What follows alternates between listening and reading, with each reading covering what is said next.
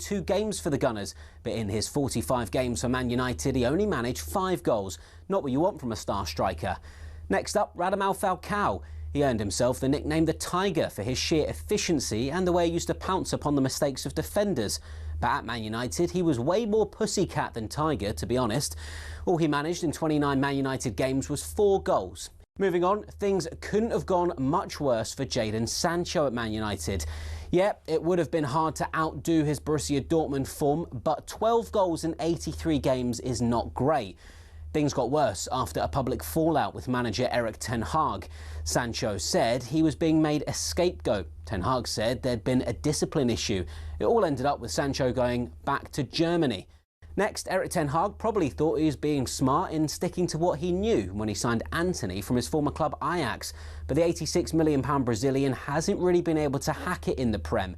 Chances are Antony's Man United days are numbered.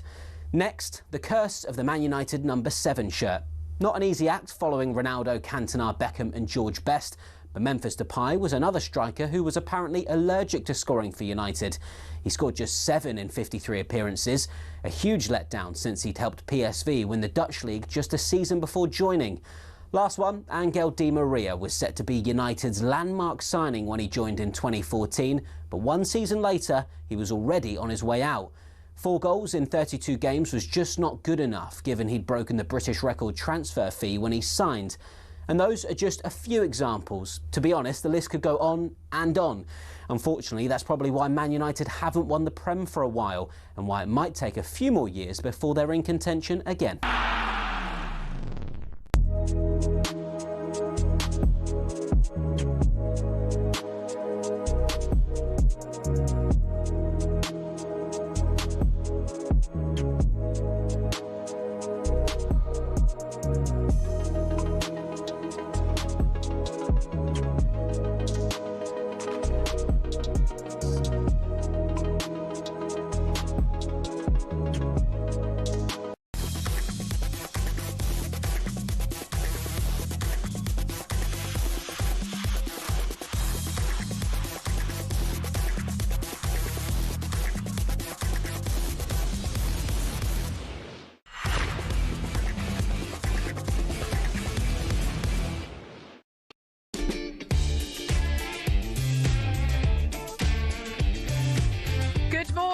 I'm Katie Shanahan and this is Early Sports Breakfast. We're kicking off another big day on talkSPORT. How are you doing this morning?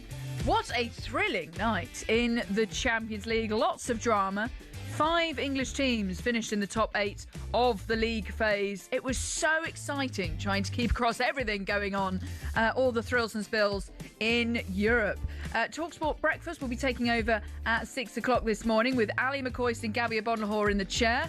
The boys will be joined by 2-time Champions League winning goalkeeper Scott Carson and Premier League and FA Cup winning Manchester United defender Phil Jones will be in the studio. Plus, comedian, Arsenal fan Dara O'Brien will be on the show too. Very, very exciting, busy morning coming up as we reflect on everything in Europe. And of course, the Europa League is coming up as well tonight. And it's very good morning to Nick. What's coming up on the show? Good morning, Katie. We'll start with the Champions League madness. We'll ask where Raheem Sterling should go next. We'll hear from Frank Warren as well on that potential AJ versus Fury fight. Fury coming out of retirement. And we're asking for your goal-scoring goalkeepers. What is the best goalkeeper goal? As always, get involved on the usual number 03717 22 3344 or 81089 on the text. Okay, let's get into it. So, Nick, how are you? I mean, how did you keep across all of the football last night? We spoke about this yesterday, didn't we? I stuck with PSG versus Newcastle. I flicked over when sort of TNT have got that good system where they do the goal flash. So if you want to watch a goal from another game, you can flick on and then just go straight back to your game. I did watch the lovely little Erling Haaland dink. Yes. And his drought. And then I thought, well, I'll leave that. PSG Newcastle was fascinating. So Eddie Howe sort of set them up to try and contain them. Left Harvey Barnes and Anthony Gordon on the bench. It looked like Newcastle were going to get battered, but they managed to hold on. Great goal from Joe Willock before half-time. And then Newcastle probably could have won it. Well, Harvey Barnes right at the end. Harvey Barnes missed, to be fair, a bit of a sitter. Anthony Gordon was great on the left, absolutely just completely stretched their defence. He was getting past Marquinhos time and time again. And also Newcastle a bit unlucky not to get a penalty. They had quite a soft penalty for handball. What were you watching? Napoli? Yeah, Chelsea-Napoli. Yes. How was that? That was really good because I wanted to watch Napoli because there were so many big names that we know out there. And also I wanted to see how Liam Rosenior got on. And I saw his pre-match interview. And it was quite interesting to kind of, they did him down the line, which was quite different. But that feels like quite a big statement win for Liam Rosenior this early on in the campaign. I got up against, their former manager, Antonio Conte. Different figures on the touchline. Very, very different figures on the touchline. Absolutely mental. One of my favourite moments that I saw last night was the ball boy going up to celebrate with Jose Mourinho after they scored. Mourinho did his pointing to the sky. It reminded me of when Inter beat Barcelona at the Nou Camp, didn't he? And he was pointing to all the Inter fans. And the ball boy just runs over. Great scene. And they hug in celebration. And I was like, fair play. Imagine being that ball boy. Yeah, exactly. He's never going to forget it. No, he's not. Okay, you'll be back very shortly with the back pages. Right, so there are 5 Premier League teams in the Champions League top 8. Arsenal finished top, Liverpool 3rd, Tottenham 4th, Chelsea 6th and Man City in 8th. And Jose Mourinho, the Benfica manager, proved he's not a spent force just yet. Here's how a hectic final day of group games sounded on talkSPORT. And in this playoff before the playoffs, it is winner takes all. Coutinho coming onto it, right-footed effort, pass put in. And only 3 minutes after the penalty was saved, PSG take the lead. Across the face to goal and turned in by Rasmus Højlund. And Napoli lead and Chelsea go behind. Chelsea go down to 12th. Manchester City 2, Galatasaray 0. Ryan Cherki has finished from 6 yards out. Played inside the PSG penalty area. Third, flicking it down. Oh, it's in. The equalising goal. 1-1. Will it? It's got them back into the top 8. What a turnaround. All over here because it's Frankfurt 0, Tottenham 2, Dominic Solanke. Spurs up to 4th in the live table. Liverpool 6, Karabakh 0. It's Chiesa who's got it. And here goes Jean Pedro up to the edge of the area. Garnacho with him. Pedro goes alone and scores for Chelsea. Arsenal create history by becoming the first team in this sort of competition to win 8 out of 8. Arsenal 3, Kairat 2. And neither PSG nor Newcastle are going to finish in the top 8. Sporting have just taken the lead at Athletic Club. That means that it knocks Real Madrid into 9th. The full-time whistle has gone in Naples. Chelsea are through in 6th place. We're just waiting to see if there's more goals that are going to be going in that Real Madrid game. Benfica have now scored another goal. Jose Mourinho's Benfica, this is a sensational story. 3-2 up, beating Real Madrid. They needed another goal to make it for a playoff place, otherwise they were going out of the Champions League. They have just scored another goal. It's the goalkeeper who has scored for Benfica. Absolutely extraordinary. Yeah, it was a really busy night on talkSPORT, and it was also a memorable night for the Benfica goalkeeper, Anatoly Trubin, with a header that he scored in added time to send Jose Mourinho's team into the playoffs on goal difference, and it turned into absolute pandemonium once that went in at the stadium. The 4-2 defeat means that Real Madrid finish outside of the top 8, and a very memorable moment for the ball boy, who we were just speaking about there, that went and celebrated with Jose Mourinho after that goal. That means that 5 out of the 6 Premier League teams finish in the top 8. History could be made if Newcastle, who drew 1-1 with PSG last night, if they go through, they will have to go through the playoffs. So they finished in 12th, and there's never actually been 6 Premier League teams in the Champions League knockouts. Thomas Frank actually saying after their 2-0 win over Frankfurt last night, saying how dominant the Premier League teams have been in Europe. So a real kind of testament to the Premier League flexing its muscles in Europe and just showing the strength of all of these English teams. As for Arsenal, they beat Kairat Almaty 3-2 in their game. Chelsea, with João Pedro inspiring a comeback as they beat 3-2 in Napoli. Spurs continue to be a different side in Europe, beating Frankfurt by 2-0. As for Erling Haaland, he scored in open play for the first time in 10 matches as Man City squeezed through into the playoffs, and it was a resounding win for Liverpool, just the 6-0 over Karabakh, which sees them finish fourth. As for Eddie Howe's Newcastle, they're the only Premier League side who have to go through the playoffs, but he thinks that they were unlucky at PSG, and there are certainly positives to take. Yeah, I think there's a huge amount that we need to take from today's game into our future games. Really good resilience, character, quality, the ability to come back from a difficult situation. I think we had to deal with a lot today. It wasn't just the opponent, who are an outstanding team. Certainly the penalty decision against us, I thought, was really, really harsh. And then we felt we should have had a penalty ourselves. So then we had to handle that as well, which was big for us. But a really good attacking display in the second half. I thought we created chances and we counter-attacked really well. So I think it was a good night performance-wise. Yeah, especially to pick up a point at the Parc des Princes, an intimidating place. I've been many a time, and especially with the Parisian ultras behind the goal. Newcastle, taking a point up against the reigning champions, they can take a lot of positives from that, but they did have a number of chances towards the end of the game to win it. Harvey Barnes, he just hit it wide, so they could have come away with all 3 points. But Newcastle's Premier League trip, the next one for them, is up to Liverpool, and it's live on talkSPORT on Saturday night. On to Chelsea then, as Liam Rosenior gave credit to the players for a great start at Chelsea. João Pedro played up front and scored 2 second-half goals in an inspiring comeback win at Napoli. Carlo Ancelotti is one of my heroes, so I don't want to tell him how to do his job. But if João keeps performing at this level, and I think I've had very, very good conversations with João already, probably 4 in my office. I think he's sick of my office, where I've said to him, if you play with intensity with your quality, the quality comes out. And the 2 goals are fantastic, but the way he held the ball up for the team, the way he sprinted and started our press, the harder you work, the better you are as a player. And I'm very, very happy to have João in our team.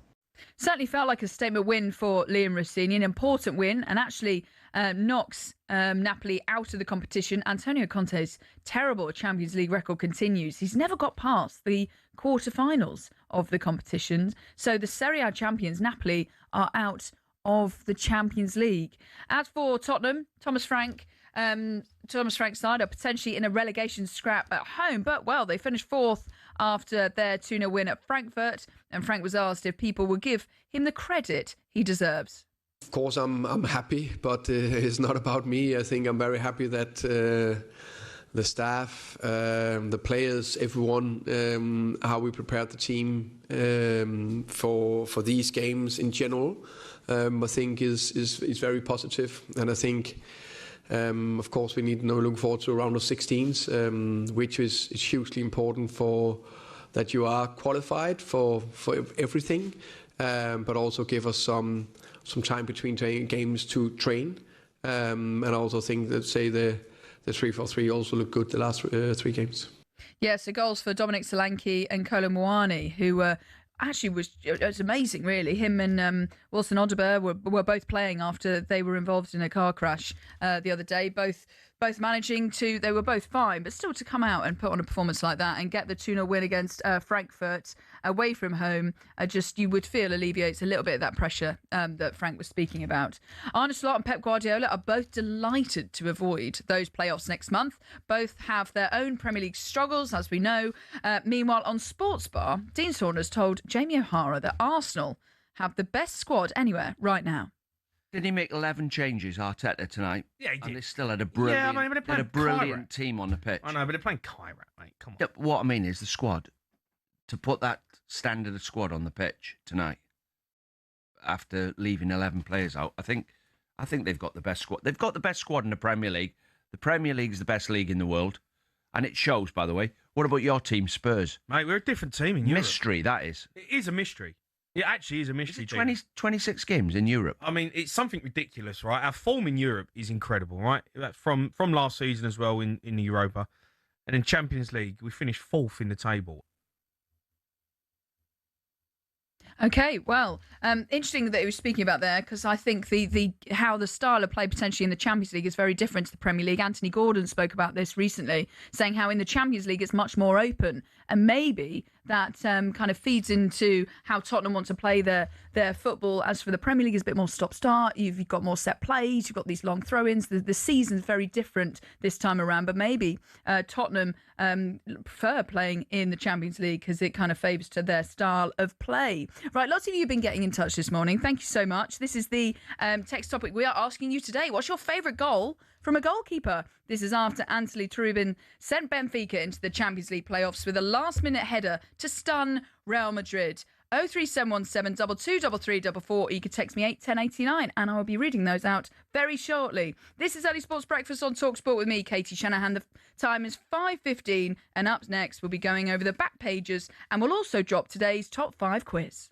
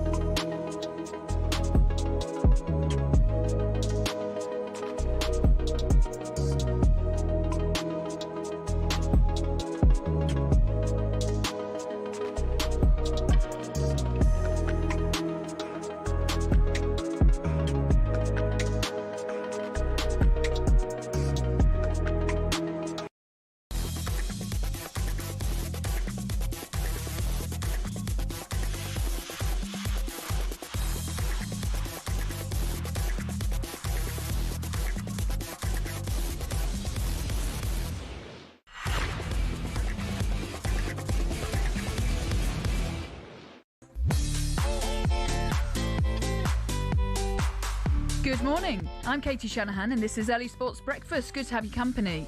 Today we'll get to those texts in a minute. Loads of you texting in about your favourite goalkeeper moments after the Benfica goalkeeper came up for a free kick and scored a wonder of a header to kind of trigger pandemonium and Jose Mourinho, another famous night for him in the Champions League. We are building up to talkSPORT Breakfast and a big day on talkSPORT overall because we've got Robbie Williams coming in the studio today. There's a piano set up to my right-hand side. It's all getting very exciting and we're all getting very giddy ahead of his arrival later on today. Ali McCoy and Gabby Bonahor will be here at 6 a.m. But here are some of the headlines you're waking up to this morning. Now, we've already spoken about the Premier League teams, Champions League success, but let's focus on another area, shall we? Stranraer have been thrown out of the Scottish Cup for fielding an illegible player in last week's win over Queen's Park. It means they miss out on a trip to Rangers and a major financial boost. Arsenal thrashed Moroccan side FAR Rabat 6-0 to book their place in the inaugural Women's Champions Cup final. Alessia Russo got 2 of the goals at Brentford's Community Stadium. They will face Corinthians in the final on Sunday.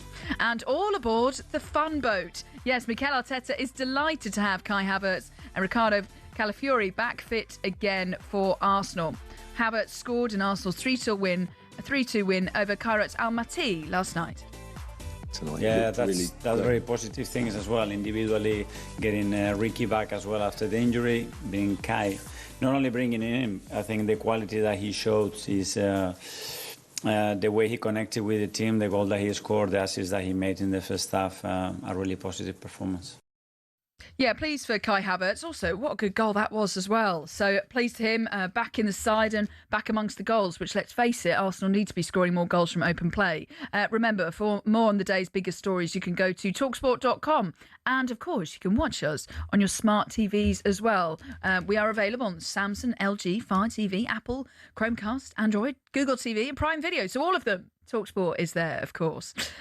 Right, where should Raheem Sterling go now? He's left Chelsea by mutual consent, ending his $325,000 a week contract 18 months early. And Jamie O'Hara would take Sterling at Spurs. I would absolutely take Sterling at Tottenham. I think he's a good player. He's better than what we've got. So would you have him on a contract at the end of the season? I'd sign him on a contract to the end of the season if he was willing to do that. I don't know what other offers he's got in terms of, he might have a long-term contract in Saudi or offering him loads of money. But if as Dean says, if the candle is still lit and he wants to still be a Premier League football player, I would give him an opportunity at Tottenham.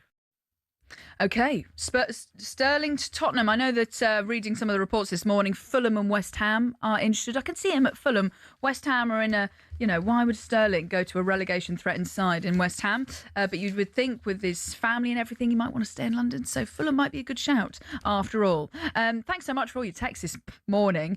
Keep those coming in, 81089. Today we're talking about the best goalkeeper goals, and we've had loads in. And I'm also very pleased to say we've got a caller on the line, Mal, the Rangers fan, on the way to Porto for the game tonight. Mal, a very good morning. Good morning, guys. How you doing? You all right? Very good, thank you. So who do you think was the best goalkeeper goal that you can tell us about?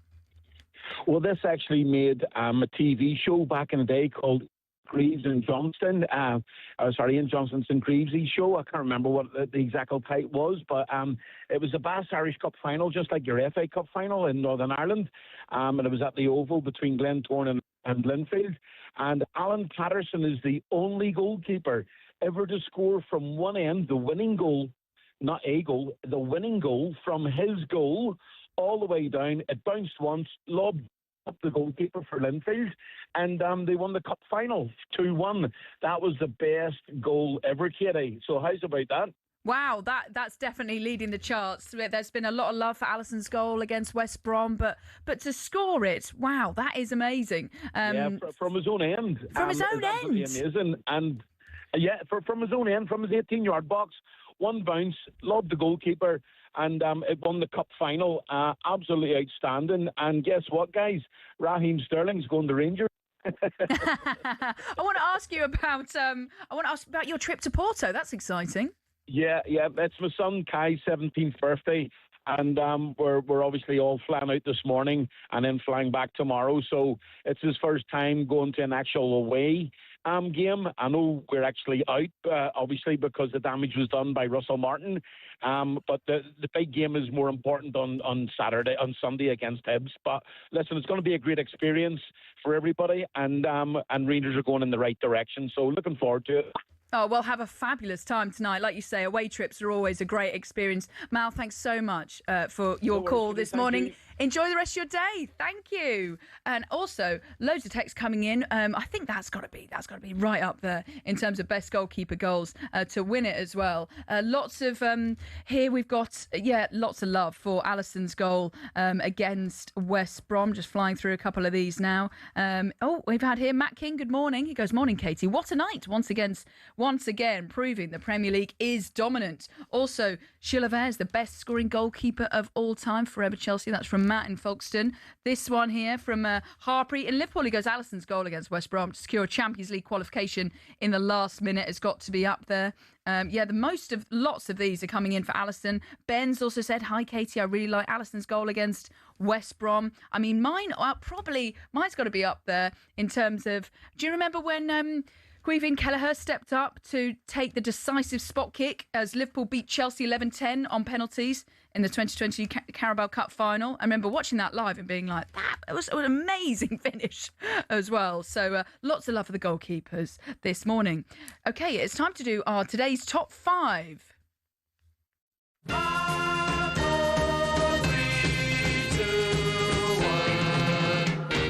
And this very good morning to Nick Ellaby. This is our top 5 quiz. And Nick, what's the quiz today? Today we're going for the top 5 goal-scoring goalkeepers in club football. Oh, my word. Right, so you've had one of them on the text already. Oh, Peter Schmeichel. No, I don't think he ever scored any goals, did he? Oh, no. Well, they're just saying here on the text.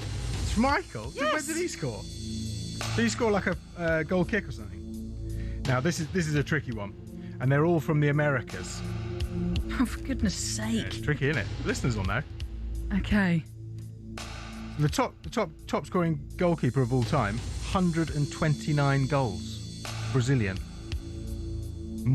He scored more career goals than Zinedine Zidane. More career goals than Zinedine Zidane as a goalkeeper? Yeah. Because he took free kicks and penalties. Oh. So did the Paraguayan guy they texted in about. Did you? Oh, Chilever. Yes. Is he on the list? Chilever, number 2. Oh, good. Okay, I've got one then.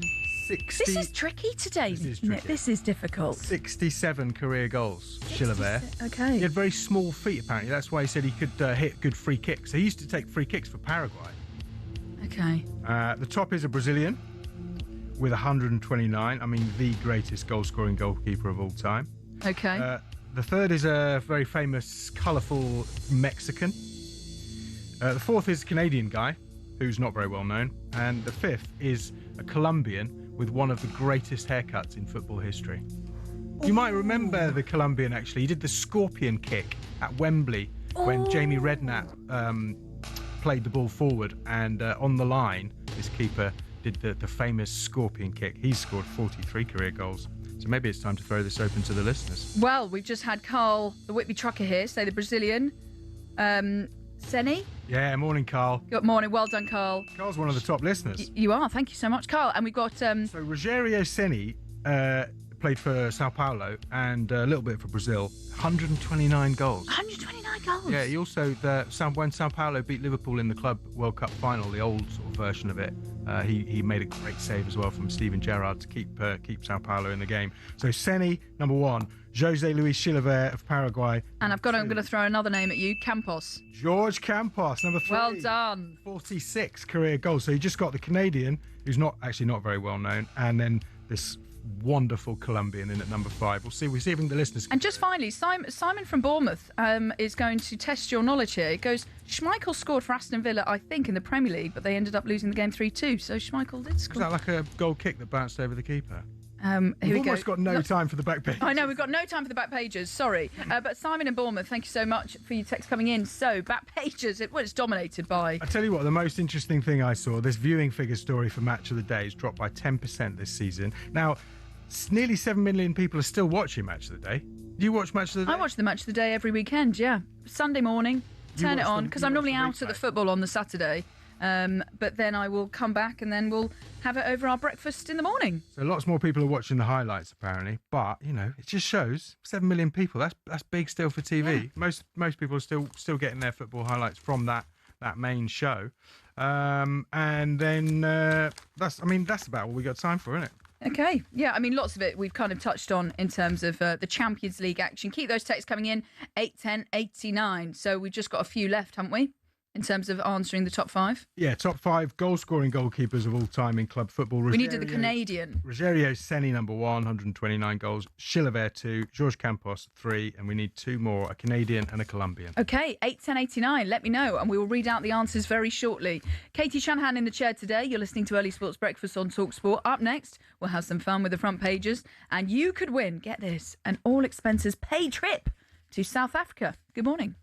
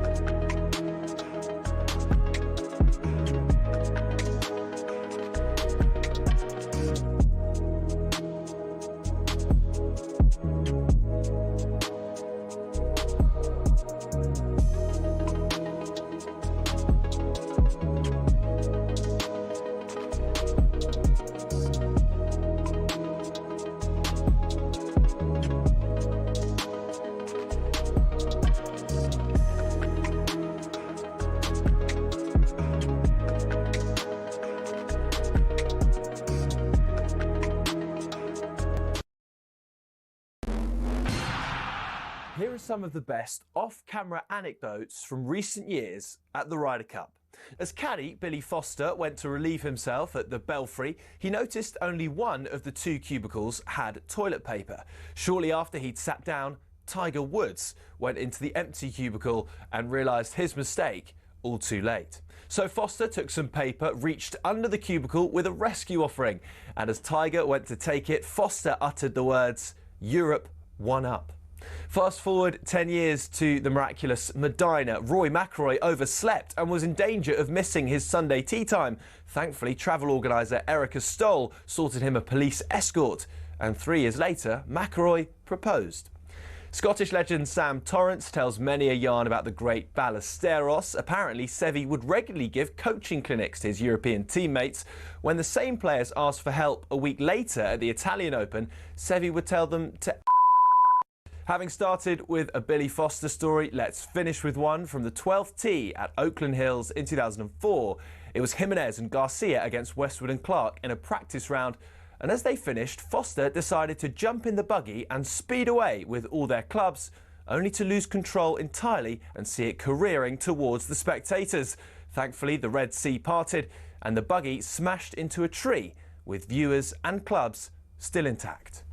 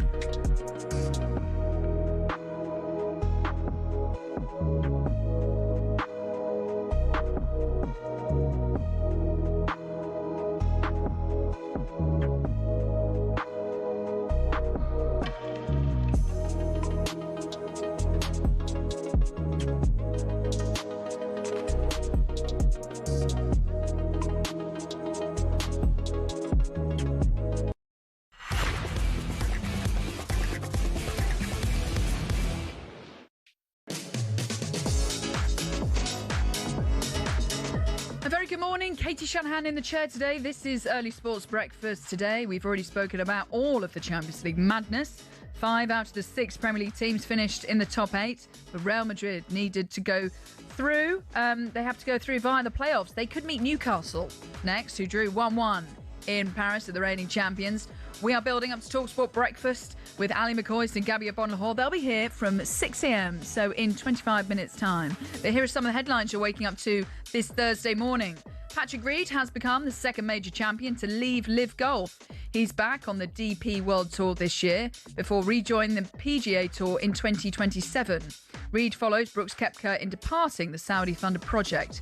Now, can anyone deny Arina Sabalenka a third Australian Open title in 4 years? She faces Elina Svitolina in today's semi-final. On the other side, it's Elena Rybakina against Jessica Pegula.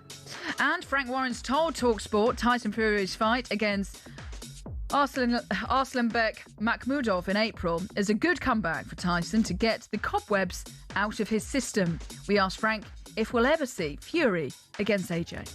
I think that was what the intention was last year, and unfortunately, a few weeks ago, there was a terrible car crash where the 2 fatalities of AJ's friends and part of his team, trainers, etc. And that put a spanner in the works. And I don't think AJ knows what he's doing at the moment. So, I don't think it's worth even going there. Of course, that's the fight everybody wants to see, but the only one who will determine whether that's going to happen is AJ. Yeah, I mean, I just really want to see Fury against AJ, but when Will it happen?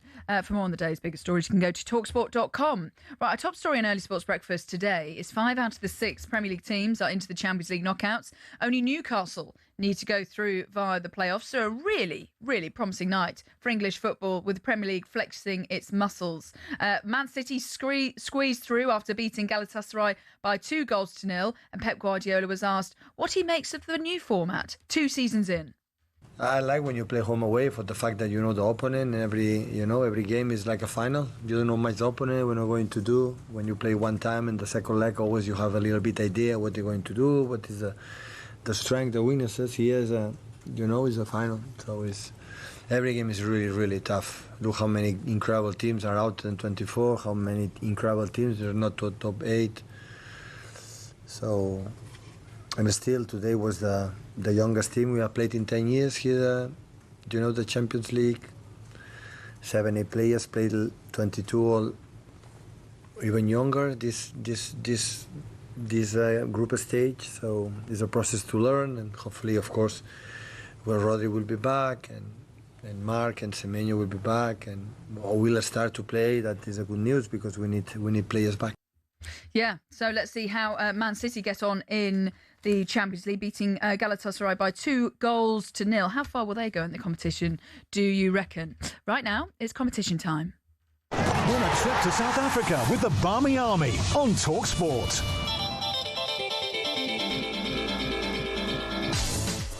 Yes, the England cricket team returns to South Africa next winter, and the Barmy Army will be there in full force. This is your chance to be right there with them, with a week for 2 at the 2027 New Year's Test in Cape Town. Watch every day of the match at one of the world's greatest cricket grounds.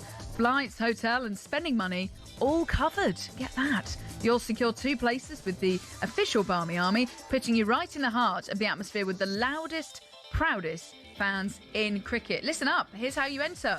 For your chance to win, you text WIN to 83338. Text costs £2.50 plus your standard network rate, or you can call this number 0343 418 7260, and lines will close on the 6th of February at 4 p.m.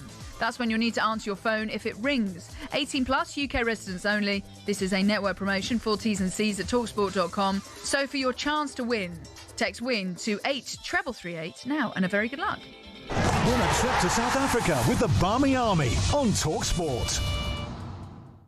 OK, so thanks so much for getting in touch this morning. Today we've been asking you about goal-scoring goalkeepers, and we've got 4 out of the 5 so far. Starting with Rogerio Ceni, 129 goals. Number 2, Jose Luis Chilavert with 67 goals. At number 3, you've got Jorge Campos at 46 goals. Some Canadian guy that we still need to work out, so keep those texts coming in. We haven't got it yet, I'm told, by producer Nick. And then the 5th one that a lot of you have got this morning, Rene Higuita with 43 goals. Richard in Phuket, good morning, and Aldo, the Rangers fan. Well done to you guys. So we still need to get the Canadian goalkeeper, as we're talking about the goal-scoring goalkeepers of all time. Someone from Canada, 81089. Can you let me know? Can you get the final one out of our top 5? Okay, now it is time. Hopefully, she'll be in the studio in a minute for this. It's a front page throwdown. Oh, what a move! The front page is first on the Early Sports Breakfast. talkSPORT. And she is back in the studio, Amelia. We are going to Katie. Katie. Sorry. That's all right. It's very early. Don't worry. I dribble my way through the show anyway, so all good. Front pages, what have you got for us? Right. I can't ever avoid this conversation because I think it's such an interesting talking point, even though I really shouldn't. But we're back to the Beckham feud. And basically, Brooklyn and Nicola are trying to give off this perception that they're okay, they're doing great sort of thing. So last night, what have they done? They've gone out for dinner and they've bought a very, very, very expensive bottle of wine. Take a guess how much this wine was. I don't know, £100,000. You're nearly there, 80 grand. 80 grand for a bottle of 80 grand. Bottle of red, is it? It was a bottle of red, yeah. And they've taken a picture for their story, blown a little kiss to the camera. So people are insinuating that this could be a little dig at Brooklyn's parents, but I just can't believe they've got enough money to be spending 80 grand on a bottle of wine just for a That's ridiculous. Wednesday night. Also, like, how good is it really? You know, every sip, you're like, that's probably a couple of £1,000. I always think this, because you can get a decent bottle of, whether it's 30 quid or 40 or quid. £6. Or £6, One of my favourite ones is, I think, £6. I'm very happy with that. Which one? But I'm a cheap date, so... Are you? Yeah. All right, then. No, I'm getting you for Christmas. Yeah. Just a £6 bottle of red, please. Yep. Tesco's finest. Yes. Right, so we've got another story here on the World Cup for 2030, and there's now seems to be a bit of tension as to which of the three nations, host nations, are going to be staging the final.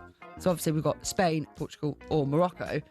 Obviously Spain want to put forward some of their best stadiums, so it would be either the Bernabeu or the Camp Nou. Which would you prefer if it was from one of them?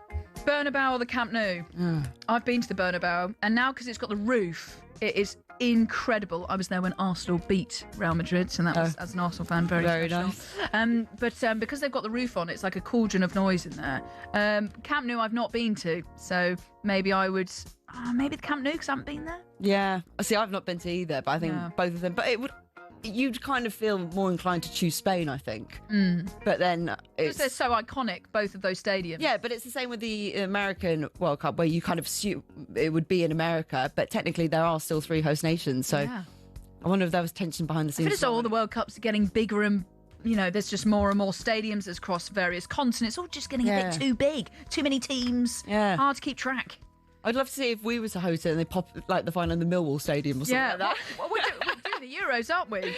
Yeah. So we'll see what. Well, and the final at Millwall or something like that. Something really small.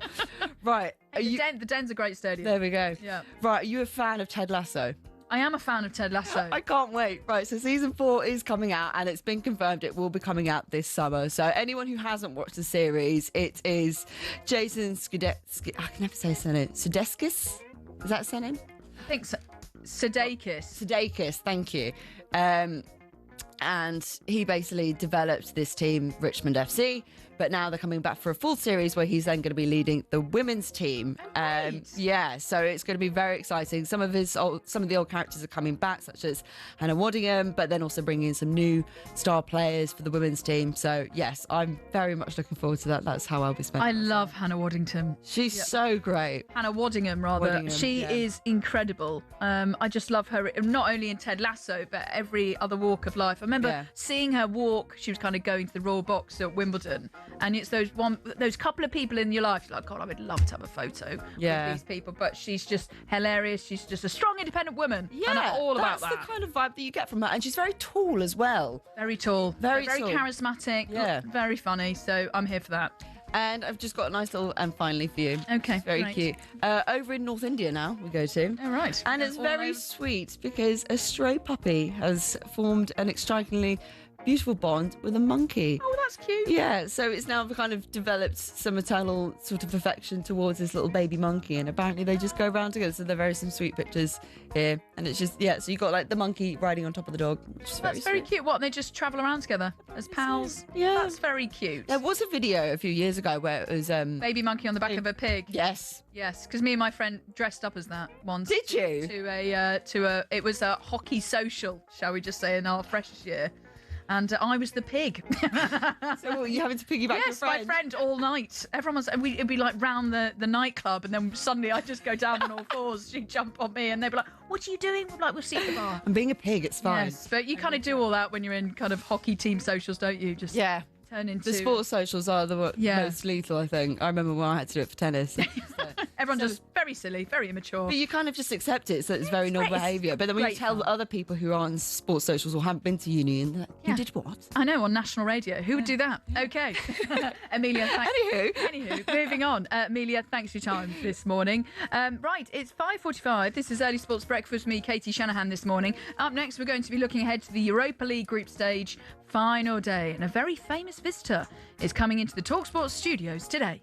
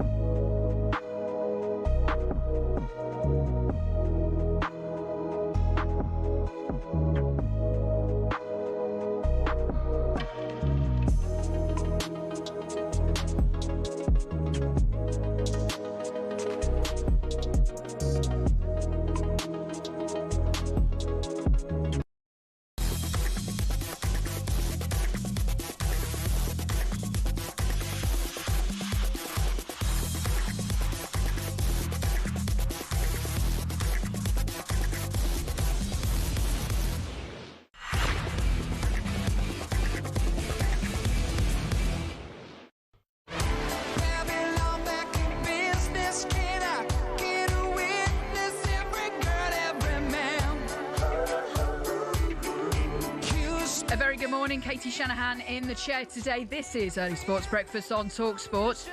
We are building up to breakfast at 6 a.m. with Ali McCoist and Gabby Bonhill, and we are playing this because you must not miss today's drive time from 4 o'clock. They are joined by Britain's biggest selling solo artist of all time. Yes, if you're looking to be entertained and want to listen to Robbie Williams, he will be on talkSPORT later on, and it is going to be such a good show. I am more famous than Andy Goldstein. I don't wanna rock that DJ. Let's take it from the top, shall we? If I hadn't winked, I wouldn't be here. Who would win in a fight between E17 and Take That? I'm not a good dancer. I'm not the best looking. If this chimp can do it, then you can too. Good evening, network. My name is Robbie Williams. So come on, help me entertain you. You heard it here on talkSPORT.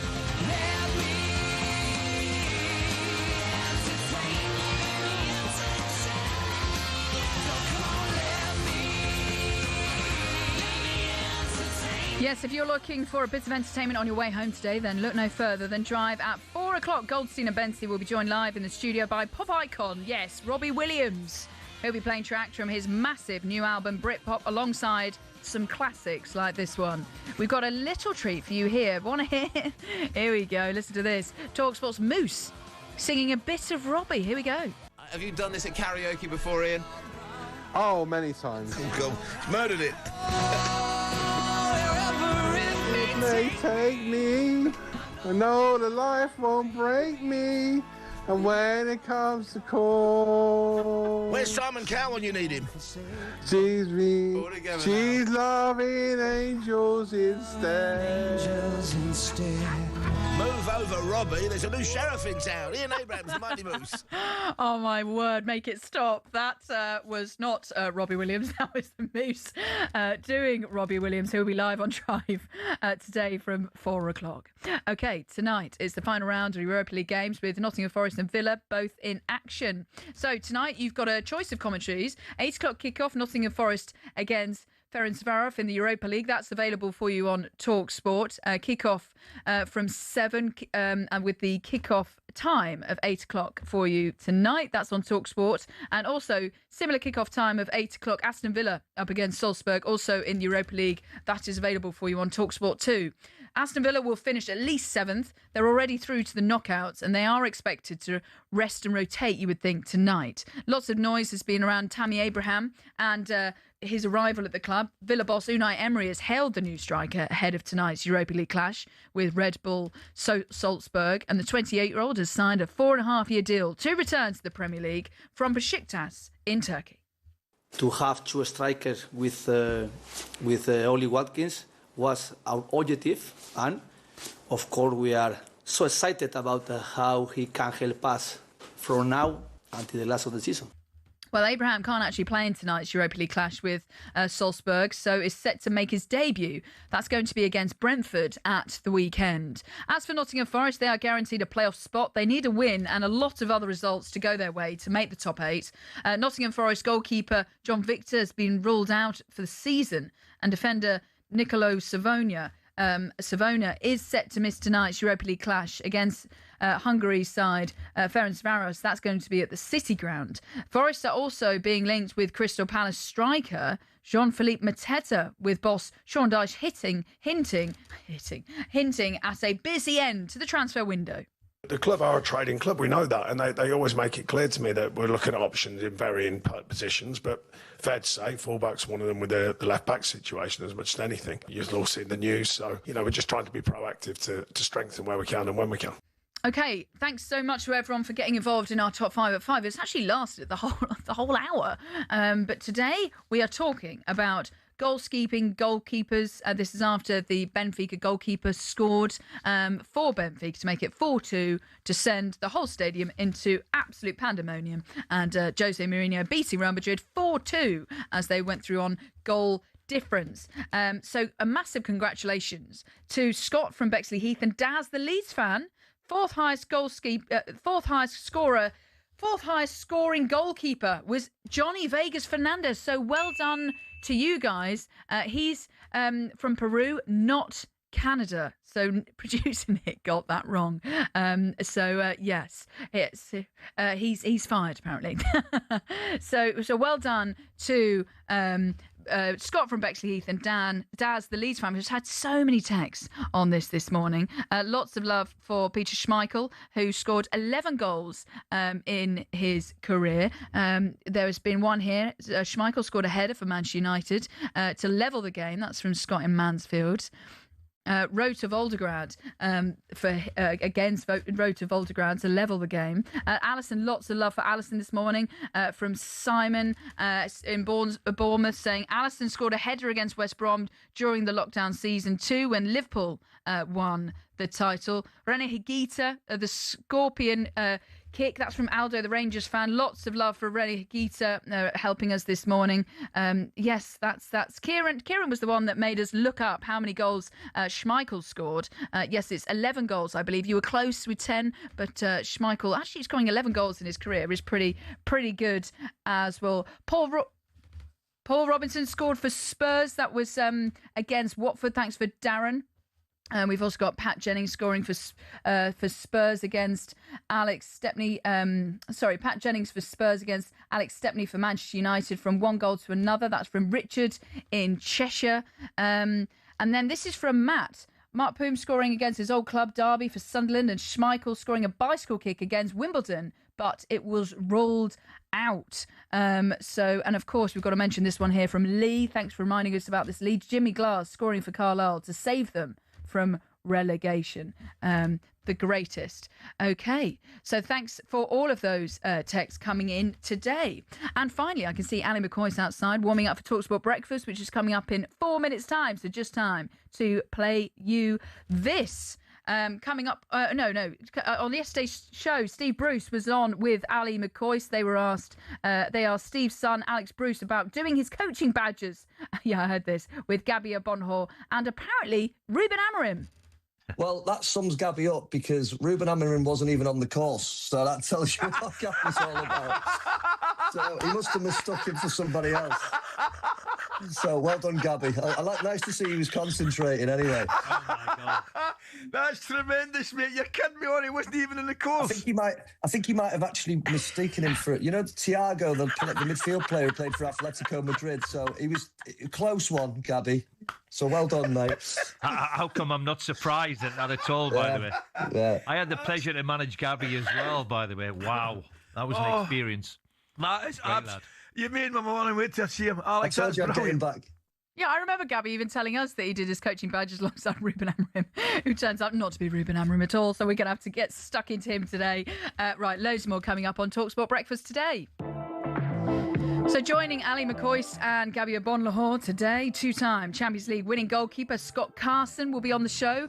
You've got Premier League winner with Manchester United, Phil Jones, will be joining the boys very shortly, and heavyweight boxer Dave Allen. He fought Makhmudov last year and lost, so we'll be getting his insights ahead of Tyson Fury's fight against him coming up later this year. You have been listening to Early Sports Breakfast with me, Katie Shanahan. Ali McCoy and Gabby Abonhor are on the way next. Have a great day.